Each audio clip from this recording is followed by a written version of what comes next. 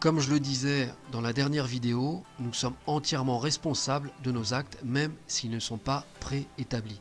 C'est uniquement au moment de la mort que nous pouvons réparer nos actes en étant sincères.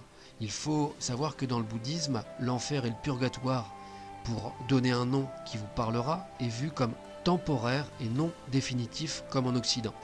Ce qui est également très important, c'est ce que nous sommes réellement devenus.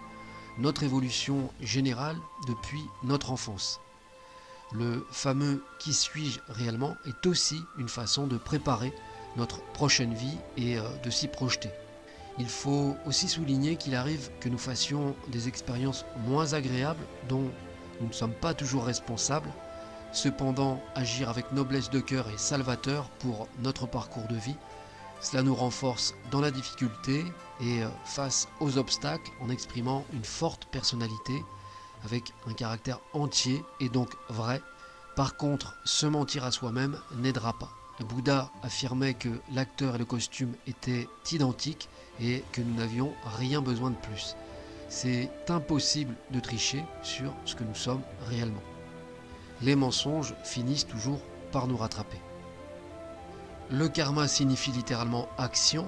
Les accomplissements se font par certaines causes et conditions préexistantes, donnant l'impulsion nécessaire pour s'engager et donc donner naissance à des effets karmiques.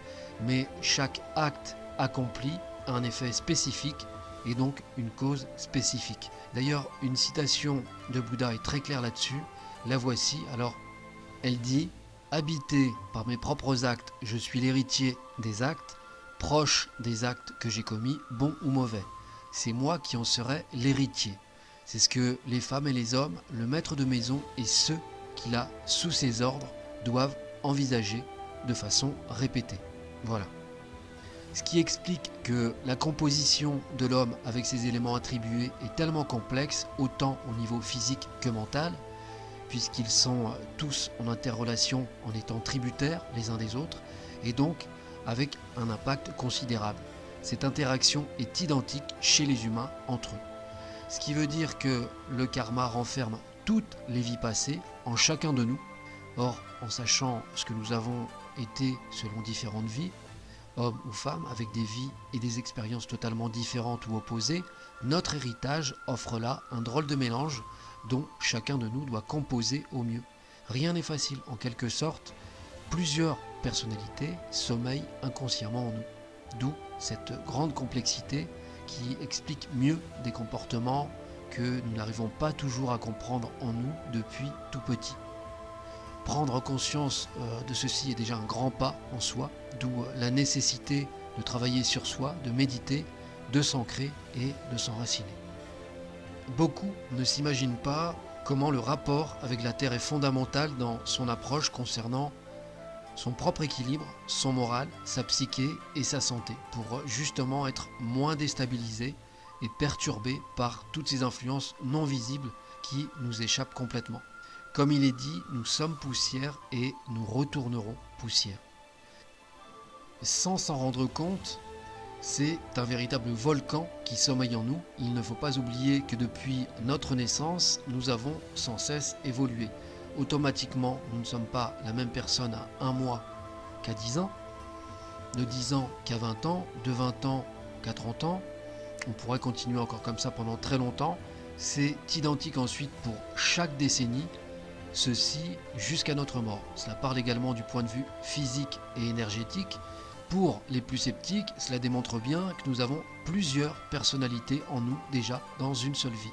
C'est très subtil, mais en être conscient l'est nettement moins pour beaucoup d'entre nous. Et logiquement, cela peut nous amener à un tas de questionnements et de réponses. Cela parle de l'idée de renaissance. Nous en reparlerons plus en détail très prochainement. Nous aborderons tout cela par étapes. Ainsi, dans l'idée du karma, l'acteur et l'acte sont entièrement liés l'un à l'autre. Même après des années de pratique et de dépouillement de soi, il n'y a pas de certitude de se trouver réellement. Mais une chose est sûre, c'est que nous avançons dans notre recherche sur soi.